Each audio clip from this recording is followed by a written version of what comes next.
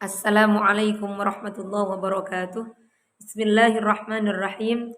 Alhamdulillahilladzi wassala man asnada amrahu ilaihi wa rafa'a man waqafa raja'ahu ala fadlih wa qata'a bi anna al-khaira kullah ladaihi. Wassalatu wassalamu ala sayyidina Muhammadin afdhalil anam al-ati bi ahsanil hadis wa asdaqil kalam wa ala alihi wa sahbihi at-tahirin amma ba'du. Para kawan-kawan sekalian, alhamdulillah kita diberi kesempatan untuk bertemu lagi sekalipun secara virtual.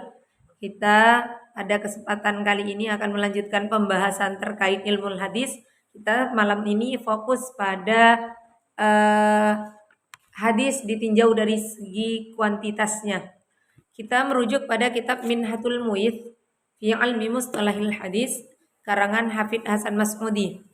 Jadi hadis ditinjau dari segi kuantitasnya itu ada hadis mutawatir, ada hadis ahad. Apa sih hadis mutawatir itu?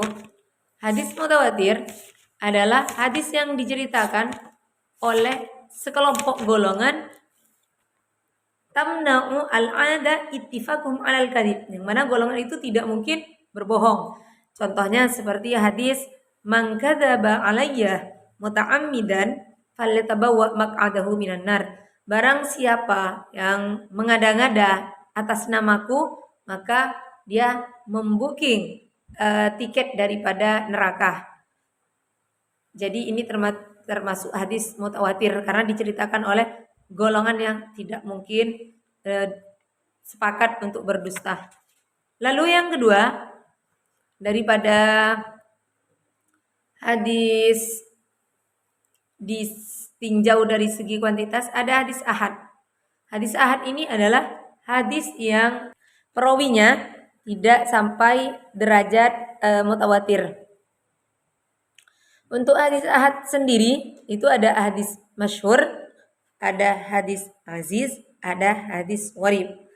Hadis masyhur ma rawahu salasatun fa aktsar walau fi tabaqatin wahidah walam yasil darajatat tawatur wa yanqasimu ila qismaihi.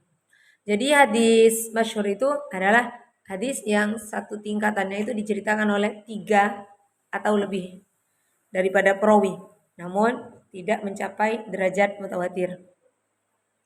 Ada masyhur mutlak, ada masyhur muqayyad. Kalau masyhur mutlak itu adalah hadis yang masyhur di kalangan muhaddits atau para ahli hadis dan lainnya, sebagaimana hadis innamal a'malu binniyat. Kemudian hadis masyhur muqayyad adalah hadis yang masyhur di kalangan para muhaddits saja, seperti hadisnya Anas yang menceritakan anna Rasulullah sallallahu alaihi wasallam qanata syahran ba'dar ruku yad'u ala ri'lin wa dakkan. Jadi Nabi Muhammad SAW dalam sebulan setelah ruku itu berkunut, yang mana dalam kunutnya mendoakan atas qabilah Ri'l dan Dakwan. Kemudian hadis aziz. Apa itu hadis aziz? Ma rawahu itnani faqat walau fi martabatin wahidah. Misaluhu ma rawahu asy-syaikhan an Anas anna Rasulullah sallallahu alaihi wasallam qala la yu'minu ahadukum hatta akuna ahabba ilaihi min walidihi wa waladihi wan nasi ajmain. Hadis aziz itu adalah hadis yang diceritakan 2 orang saja atau hanya 2 orang walaupun dalam satu tingkatan. Yang penting pernah diceritakan oleh 2 orang. Seperti hadis yang diceritakan oleh asy-syaikhan dari Anas anna Rasulullah sallallahu alaihi wasallam qol, tidaklah salah seorang dari kalian dianggap mukmin, maksudnya di sini mukmin yang sempurna, hatta akuna ahabba ilaihi min walidi, jika atau hingga saya lebih dicintai daripada anak, orang tua, manusia dan seluruhnya. Di sini Imam sahabat Anas menceritakan dari Qatadah dan Abdul Aziz bin Suhaib. Kemudian ada hadis gharib. Apa itu hadis gharib? Ma infarada bihi rawin hadis yang diceritakan satu perawi saja.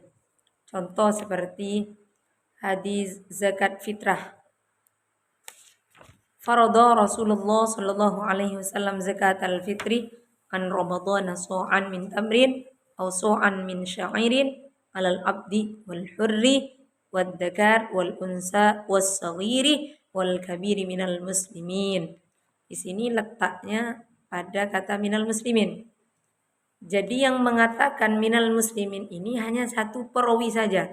Selebihnya tidak mengatakan konteks minal muslimin. Jadi redaksi atau matan minal muslimin ini adalah diceritakan oleh Malik.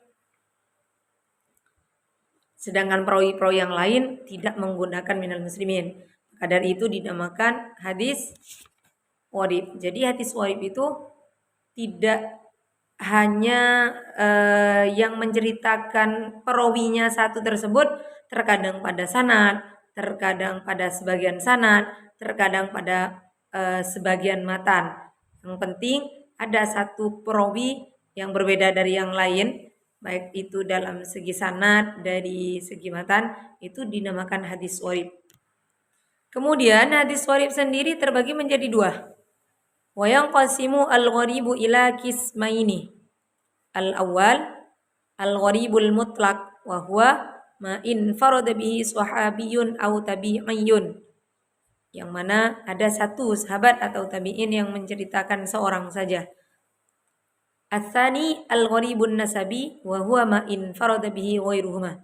Yang kedua adalah gharib nasab, nisbah, yaitu perawi yang berjumlah satu orang itu selain daripada sahabat atau tabi'in. Jadi kalau kita contohkan pada kehidupan kita sehari-hari, hadis warib itu adalah, kenapa dibilang warib? Itu karena jarang. Makanya pada contoh tadi minal muslimin itu hanya satu orang yang menceritakan minal muslimin, sedangkan perawi yang lain tidak mengatakan tersebut. Jika kita contohkan pada kehidupan sehari-hari, mungkin kita bisa contohkan misalnya teman kita bercerita bahwa dia besok akan pulang. Lalu teman yang lain menceritakan ke teman selanjutnya bahwa si A akan pulang. Namun salah satu dari mereka ada yang nyeletuk satu orang yang ceritanya itu matan atau konteksnya itu ada yang berbeda.